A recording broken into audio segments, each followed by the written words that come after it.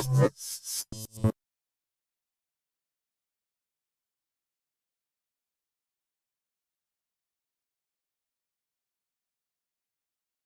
to I Have Issues, a comic book show where I talk about comic book related subjects that either annoy me or downright piss me off.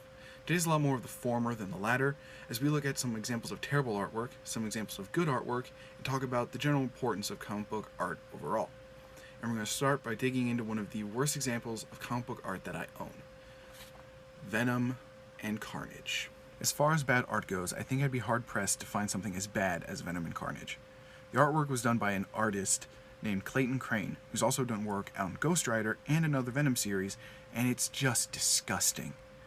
I really don't know what he was going for here, but whatever it was, he shouldn't have. Venom and Carnage have this strange quality to them, and regular people are just unpleasant to look at. No joke, see this panel of a woman taking her shirt off? I actually couldn't tell what I was looking at the first time I saw it. I stared at it for a good 3 or 4 minutes before I did, and once I figured it out, all I could think of was how disgusting it looked. Sometimes even clothes look awful. These panels are of Felicia Hardy, aka the Black Cat, going into a party. Her dress looks like it's a second layer of skin. It somehow clings to her body, but also folds in other spots. I'm pretty sure fabric shouldn't look like that if it's clinging that tightly to her body, but apparently Mr. Crane doesn't know how clothing works. And you know what's even worse? All of that was in the first 10 pages. You open the book and you're immediately assaulted with terrible artwork. That's so bad, you forget why you opened the book in the first place, which is really bad for a comic book. If the art is that distracting, then that's a serious problem, since it can deter people from wanting to read more of your story.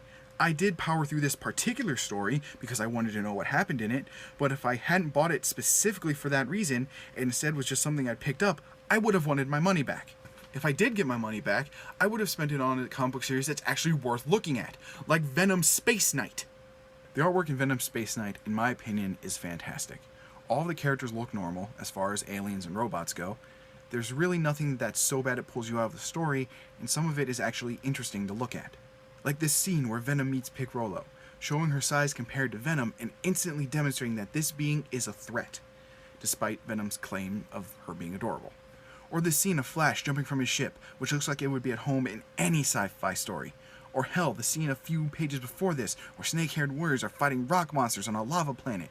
This looks awesome! Thank you very much, Ariel Olivetti, the artist of the book, for the work you did. Compare that to the stuff in these scenes.